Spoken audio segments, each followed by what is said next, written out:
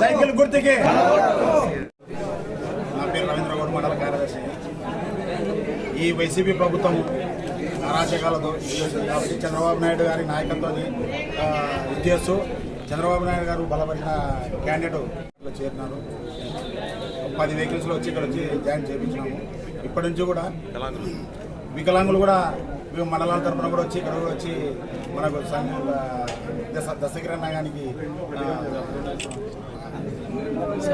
సమ్మేళనం వచ్చి ఇక్కడికి వచ్చి మేము ఇది చేయదలుచుకున్నాము. కాకపోతే ఒకటి, రేపు చంద్రబాబు నాయుడు గారు వస్తేనే మన భవిష్యత్తు బాగుంటుందని మమ్మల్ని నమ్మిని కూడా చంద్రబాబు నాయుడు నమ్మి కూడా మన పార్టీలోకి వచ్చినారు. చంద్రబాబు నాయుడు ఆ నమ్మకాన్ని ముందు చేయడు.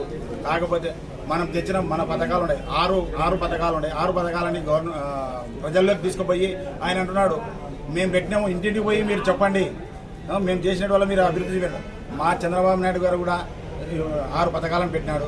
6 పథకాలను కూడా మనమందరం ఇంటింటికి పోయి ఈ విధంగా పథకాలు పెట్టినాడు. రేపు వస్తే కూడా అన్ని డెవలప్ అవుతాయి. మెగా డిఎస్సి కానీ, ప్రతి ఒక్కరికి జాబ్స్ కానీ, అట్లే సాఫ్ట్వేర్ కంపెనీస్ కానీ చంద్రబాబు నాయుడు గారు వస్తే మనకు డెవలప్ చేస్తాడు ఏపీని కూడా.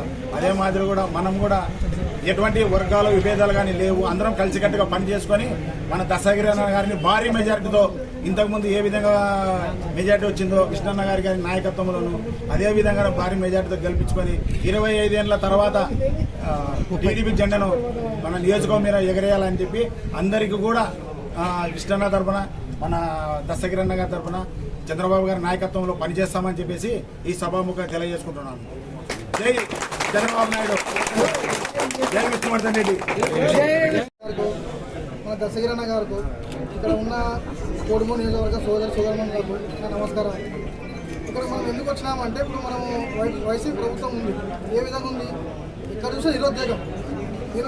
ఇప్పుడు కానిస్టేబుల్ ఎగ్జామ్ కానిస్టేబుల్ తీసుకోండి, సివిల్ కానిస్టేబుల్ 1.5 year ఉంది ఇప్పటికి. ఇంతవరకు కానిస్టేబుల్ రివర్స్ పెట్టనికే లేదు. ఫస్ట్ ఎగ్జామ్స్ పెట్టి మెయిన్స్ ఎగ్జామ్స్ ఇంతవరకు వాళ్ళు చేయనికే లేదు. ఎందుకంటే కావడం ముందుకు పోవడం లేదు. ఎంత కోర్టు స్టే కానీ ఈ ప్రభుత్వం మాత్రం మనకు సాటిస్ఫై చేయదు. మనకు సాటిస్ఫై కాదు. మనము ఏం చేద్దాం,